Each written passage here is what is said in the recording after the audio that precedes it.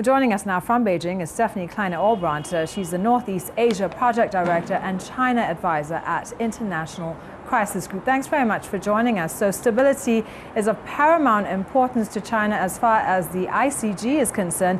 To what lengths do you think China will go to ensure this?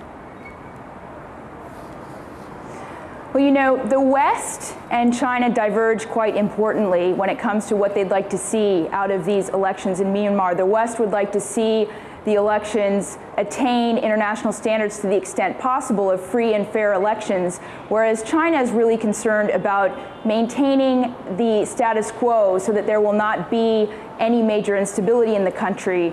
Partly because of its investments, important gas and oil pipelines, partly because of hydropower investments and other economic trade, but mostly because China fears another refugee crisis like the one that occurred last year in August with thousands of refugees pouring into China. The situation now is indeed quite worrying with regard to tensions on the border. So do you think, in the interest of maintaining stability, China will endorse the November election, whether or not it's free and fair?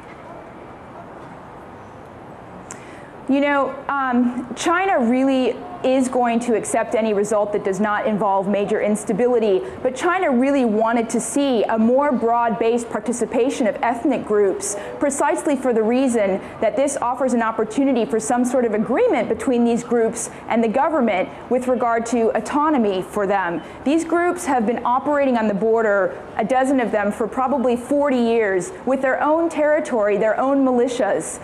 And right now, their participation in the election is at risk, partly because some of the groups have decided not to participate and others have reportedly been disenfranchised by the Election Commission.